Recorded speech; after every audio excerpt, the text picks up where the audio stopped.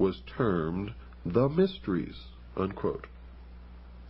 Another who has written about the subject of the ancient mysteries was Manly P. Hall, another 33rd degree Mason whom I have quoted extensively before in this series. He has written in his book entitled, What the Ancient Wisdom Expects of Its Disciples, quote, "In the remote past, the gods walked with men, and they chose from among the sons of men the wisest and the truest. With these specially ordained and illumined sons, they left the keys of their great wisdom, which was the knowledge of good and evil. These illumined ones founded what we know as the ancient mysteries," unquote. Now, in case you weren't listening there, this is a dead giveaway and an admission that the gods that walked with men were known, at least in the Bible, as Satan.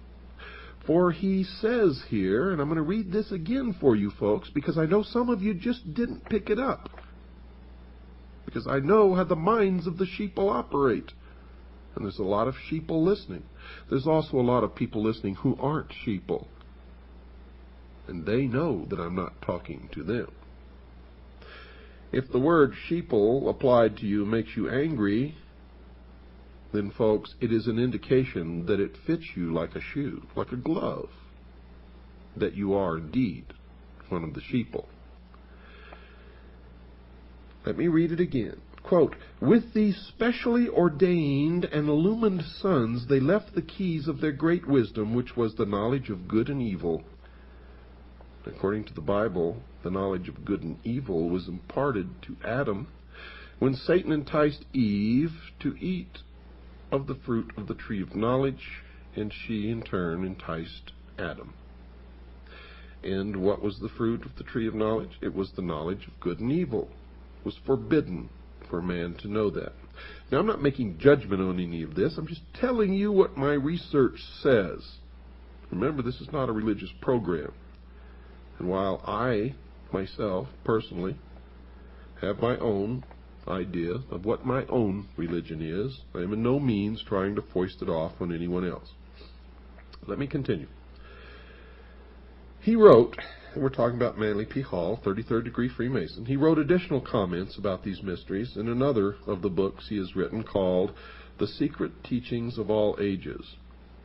And I would urge you, if you can afford it, to buy that book. It's a very expensive book. I have a copy of it in my library. It cost me $150, and it was worth every single penny of it, I can assure you. Quote, "The arcana, defined as being a secret or hidden knowledge of the ancient mysteries, were never revealed to the profane, defined as those not initiated into the inner mysteries, except through the media of symbols." You're going to find, folks, that symbols mean more than you will ever begin to understand unless you've waded deep into the stream of the mystery Babylon, as I have. Quote, "Symbolism fulfilled the dual office of concealing the sacred truths from the uninitiated and revealing to those qualified to understand the symbols," unquote. Mr. Hall dedicated the latter book to, quote, "the proposition that concealed within the emblematic figures, allegories, and rituals of the ancients is a secret doctrine concerning the inner mysteries of life, which doctrine has been preserved in toto," which means in the whole, "among a small band of initiated minds since the very beginning of the world," unquote. He went on to mention that the mysteries, quote, "were secret societies, binding their initiates to inviolable secrecy and avenging with death the betrayal of their sacred trusts," unquote. And to this day they take blood oaths. Mr. Hall told the reader that no one is to know the identity of those who have received the secrets. In fact, he wrote, quote, "The true adept and initiate shall reveal his identity to no man unless that one is worthy to receive it," unquote. He further explained where some of these initiates lived when he wrote, quote, "No reasonable doubt can exist that the initiates of Greece, Egypt and other ancient countries possessed the correct solutions to those great cultural, intellectual, moral, and social problems which in an unsolved state confront the humanity of the 20th century, unquote. He further amplified that thought when he added this, quote, Neoplatonism, defined by Mr. Hall as a school founded by Plotinus around 240 A.D., concerning itself with the problems of metaphysics, which he calls the study of knowledge, recognizes the existence of a secret and all-important doctrine which from the time of the earliest civilizations had been concealed within the rituals, symbols, and allegories of religions and philosophies, unquote. So, in summary, it is possible, folks, to understand what these ancient mysteries were. And there appears to be at least 4 truths gleaned from the information provided in the comments made previously, and these truths appear to be: 1. The ancient mysteries had 2 forms of worshiping the same God. 2. The knowledge of the true God was reserved for those who had been entrusted with the secrets, and not for those whom they call the profane. 3.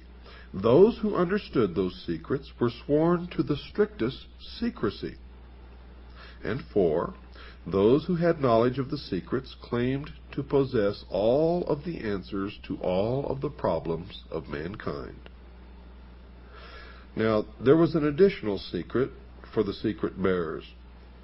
They had to be initiated in a private initiation ceremony. Albert Pike, General Albert Pike, a Southern Confederate general during the Civil War, wrote this, quote, Initiation was considered to be a mystical death, and the perfect epopt was then said to be regenerated, newborn, restored to a renovated existence of life, light and purity, unquote. In fact, folks, this, quote, newborn, unquote, experience is similar to the experience the, quote, born-again, unquote, Christians go through. The Christians call their experience a second birth, just as the Masons do. In fact, Albert Pike calls a similar ceremony a, quote, born-again, unquote, experience, and he wrote this, quote, In the Indian mysteries, the 3rd degree, the initiate is said to be born again, unquote.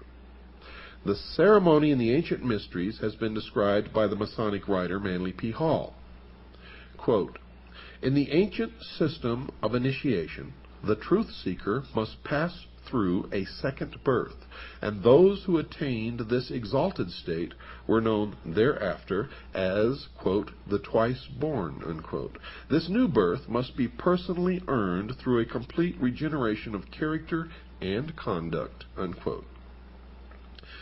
This new birth ceremony involves a symbolic death, according to the Mason Kenneth Mackenzie, and he wrote this, quote, In the ancient mysteries, the aspirant could not participate in the highest secrets until he had been placed in the coffin.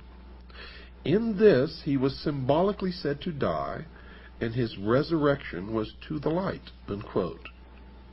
Now remember, I told you about the initiation that George Bush underwent in the crypt, also known as the tomb, the skull and bones, the Brotherhood of Death at Yale University.